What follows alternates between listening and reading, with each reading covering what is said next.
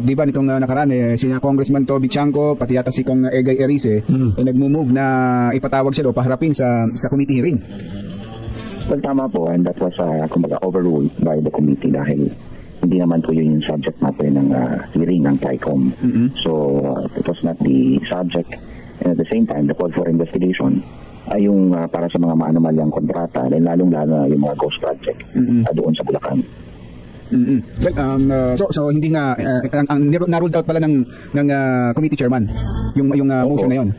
Parang gano'n na yung napag-uusapan nila, and instead mag-focus na lang doon, lalong-lalo na yung mga contractor na involved sa ghost project. Kaya nagpapakaring nga ako kay Toby Chanco dahil nandun yung dalawang contractor na involved sa ghost project na contractor niya din sa Nabotas. Yung Sims Construction Trading at yung St. Timothy na gumagawa ng mga flood control niya. Isa na doon na lang sa tumutok at inimbestigahan niya yung sarili niya kung bakit nangungontrata doon sa kanyang distrito. And, so merong kontrata sa Nabotas, itong dalawang controversial na kontraktor? Opo, kaya ako nagtataka dahil parang inililihis na yung kanyang yung hearing papunta kay Kong Saldi na hindi naman yung subject natin ng investigasyon. If tututok tayo sa mga anomalyang kontraktor, dapat he took advantage of the presence of the Sims Construction Trading and yung Timothy na kontraktor niya rin doon sa project niya sa Nabotas. May anomalya po ba sa Nabotas that you know of? Wala, hindi ko naman sinasabi may anomalya, but it should have been a red flag, diba? If he's all for transparency and accountability, bakit hindi naman lang pinansin yung presence ng contractor na dalawa doon sa kanyang distrito na gumagawa ng kanyang flood control. And to tell you to Ning and Jerry. Ito mga kababayan, pause muna natin. Mahalaga ito eh. Tingnan nyo mga kababayan ha. Ito sinabi dito ni Alfredo Garbin, mga kababayan ng Ako Bicol Party List. Meron siyang assumption na ang pinalabas niya dito, kasi sinabi niya, may flood control project si Toby Chanco sa Navotas. At ang mga nakakuha doon ay Sims Construction at St. Timothy. Tinanong naman siya, may mga anomalya ba? Siya mismo mga kababayan namin niya, hindi niya alam. Pero red flag daw. Anong pinapalabas dito mga kababayan? Anong sinasabi dito? Unconsciously, inaamin niya dito mga kababayan, meron siyang assumption dito na kung ikaw, kongresista ka ng isang distrito, mayroon kang flood control projects, automatically red flag na. So dapat imbestigahan mo na. Kahit walang reported ha. Kahit walang reported mga kababayan na anomalya or ghost project, substandard at iba pa. Sinasabi niya dito, tinanong siya ha, sabi niya wala siyang nalalaman na substandard.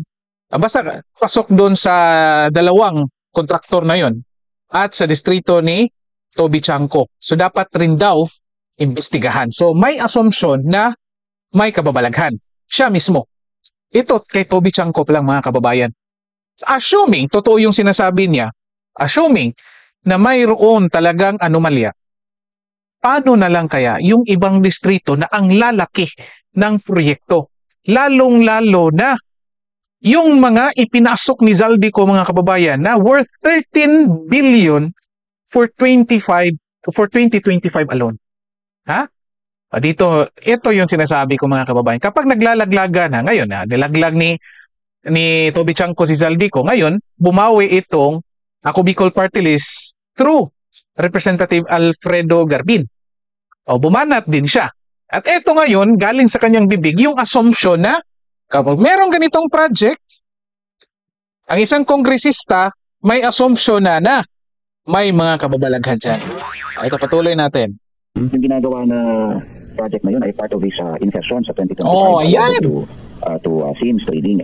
Insertions daw ni Toby Chanco sa Navotas mga kababayan na nakakuha yung Sims at St. Timothy. St. Timothy. Kasi may insertion din sa project. Magkano yun? Magkano yun? Ang insertion niya sa 2025 was given this document ay sobra sa kalahating bilyon. Sobra sa kalahating milyon. A billion mga kababayan na, let's say 500,000, more than 500 million. Yung, kung titignan natin, ang liit lang yan mga kababayan compared doon sa 13 billion. Ang liit lang yan sa 500 million na project, flood control project sa isang district, compared mo doon sa 13 billion na in-insert ni Zaldico na in the first place, wala pa siyang distrito niyan. Kasi party list yung dinala ni Zaldico, di ba? Pero nag-insert siya ng 13 billion. So sinasabi dito nga, posibleng meron nga yung anomalya kahit 500 billion lang in-insert ni Toby Chanco, so dapat imbestigahan. So ito nga, paano na lang kung itong ka-SLD ko? Comment nyo dyan mga kababayan. Yung flood control aabot sa 300 plus millions po. 300 plus million nga lang yung 350 plus. Ano eh? Yung flood control. At ang may kontrata ngayon noon ay yung SIM. Yung SIMS blacklisted na. Tinanggal na. Ayun nga. Nagtataka rin ako kay Toby Chanco dahil palagi sinasabi niya accountability, transparency. Kahapon lamang na-mention ni Secretary Dizon na ipa-blacklist niya to lifetime. Siya mukhang wala siyang planong i-blacklist po sa kanyang distrito. So, yun siguro ang dapat pagtuunan ng pansin itong mga contractor that found to have implemented ghost project. So, hindi ko naman sinasabi yung 300 plus millions lahat yun sa Timothy or SIMS, pero nagkakailan na kontrata ay na-award sa kanila. Meron ako mga kontrata dito, award contract. Hindi pa rin naman pala lahat mga kababayan. Kay St. Timothy. In fact, sinulatan pa siya ng Department of Public Works, si Toby Chanco, na kung saan humingi sa kanyang asistensya to support in implementing a 3-day restriction on the entry and exit of all vessels para ma-facilitate daw yung flood control project. And ang contractor ay yung St. Timothy. So, sana, doon na lang tinuuna yung pansin niya dahil na yung 2025 budget insertion. So, we're not a part of the subject matter of the TICOM committee. So, dito tayo, tutukan natin yung mga gumawa ng kalokohan sa ating. Pero yung po bang binabanggit niyo sa Botas, was that subject matter or part of the agenda dun sa TICOM? I will say hindi, pero yung contractor ay nandoon. At nandun sila mismo. Hindi sana tinanong niya rin, di ba? Ito mga kababayan, pause muna natin ha. Kaya nga tinanong, naintindihan ko kung bakit tinanong ni Katunying dito mga kababayan, kung yung project sa Navotas ay parte ba ng pag-uusapan sa Congress hearing. Kasi pinapalabas dito ni Congressman Garbin mga kababayan ng Ako Bicol, na bakit ini-insert ni Toby Chanco yung pagpaimbita kay Magalong at kay Zaldico na in the first place, hindi naman yung topic or yung pag-uusapan ng Congress hearing. Pag-uusapan yung mga ghost flood control projects.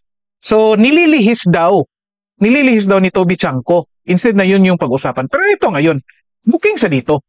Bakit siya, si Alfredo Garbin mga kababayan, gusto niyang ipatanong ni Toby Chanco yung mga taga-SIMS at St. Timothy patungkol sa project sa Navotas na in the first place, hindi rin naman talaga parte ng pag-uusapan nila.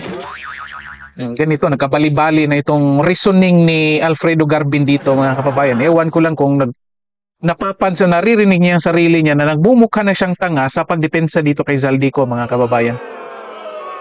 Klarong-klaro, gusto niya, siya mismo mga kababayan, nililihis niya mismo yung demand ng taong bayan na pananagutin sana si Zaldico. Doon sa Navotas, diba? Tinulungan ko ba kayo makapasok doon? Kung hindi, paano kayo nakapasok sa pangungontrata doon? Diba?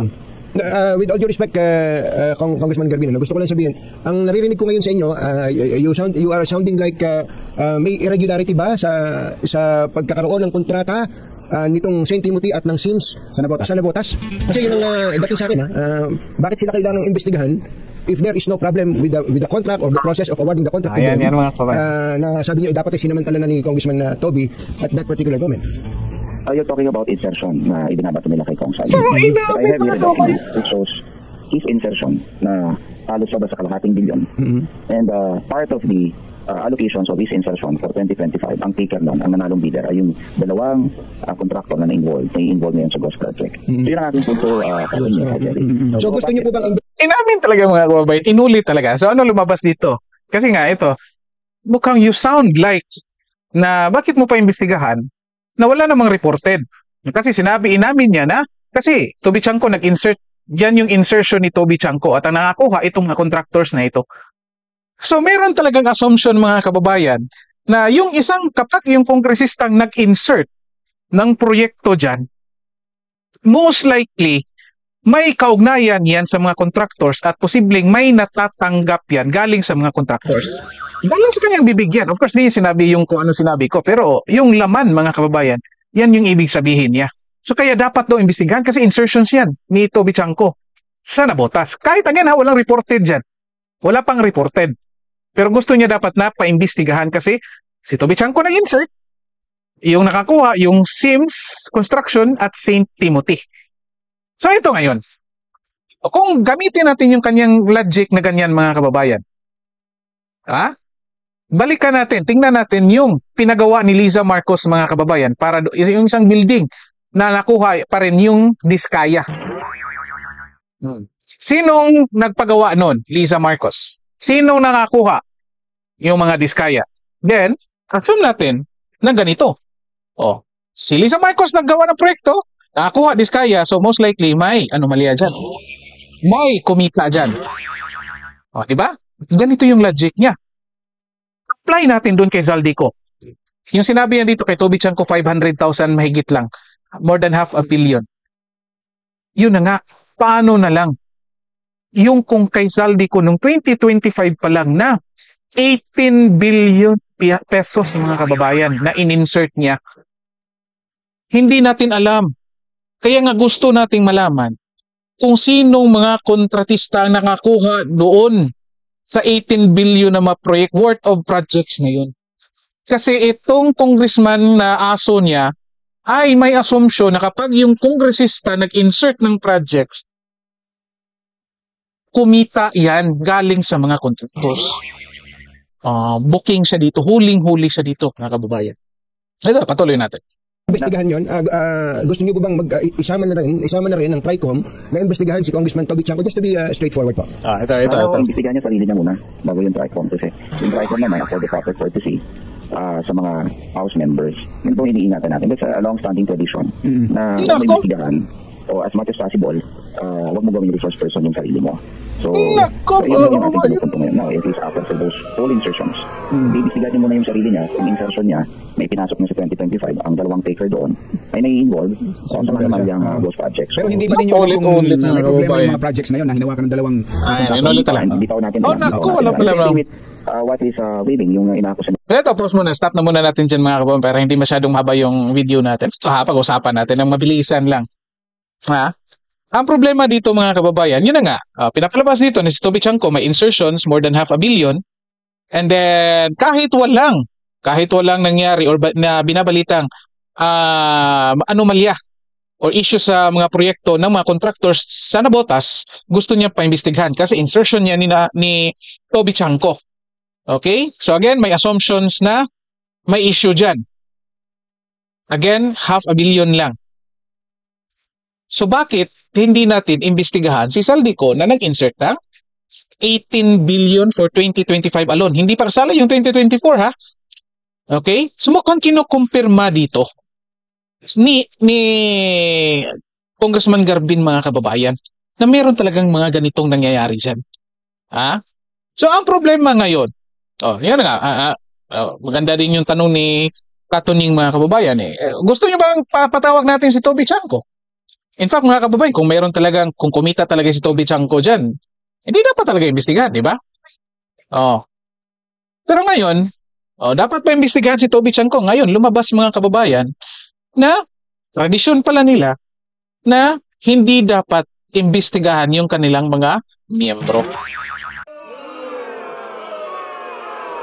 Anong matatawag natin ngayon dyan sa ginagawa ng Congress sa kanilang hearing? I-comment nyo dyan mga kababayan kung anong masasabi natin dito. Tinawag ito ni Toby Chanco na lokohan Kayo, agree ba kayo dyan o hindi? Comment kayo dyan mga kababayan. Ako honestly, dahil dito sa sinasabi ni Congressman Garbin ng Ako Bicol Party List mga kababayan, at least nagbigay ako ng benefit of the doubt sa House of Representatives. Hindi ko muna in-entertain yung sinasabi ni Toby Chanco na lokohan. Kasi at least manalaman natin na sino yung mga contractors, ano yung mga ginawa nila, ano yung mga proyekto nila, ano yung mga issues sa projects nila. And then eventually, baka at least merong isa magsasabi na ito, nagbigay kami dito, itong congressman na ito. Tapos papatawag yung congressman. Naghihintay ako dyan. Pero ang problema kasi nga lumabas dito na tradisyon pala nila mga kababayan na hindi nila iimbestigahan yung kanilang mga miyembro, wala palang kwenta ito. Ngayon, agree ako, sasangayon na ako dito sa sinasabi ni Toby Chanco mga kababayan na itong ginagawa sa Congress na investigasyon, talagang ito, lukuhan. Di ba? So again, comment nyo dyan mga kababayan kung anong masasabi nyo dito. So dito na lang po muna tayo. Paki-like po and share ng videos natin and then paki-subscribe din po sa ating channel. Okay, maraming salamat sa lahat at magandang araw po sa inyo.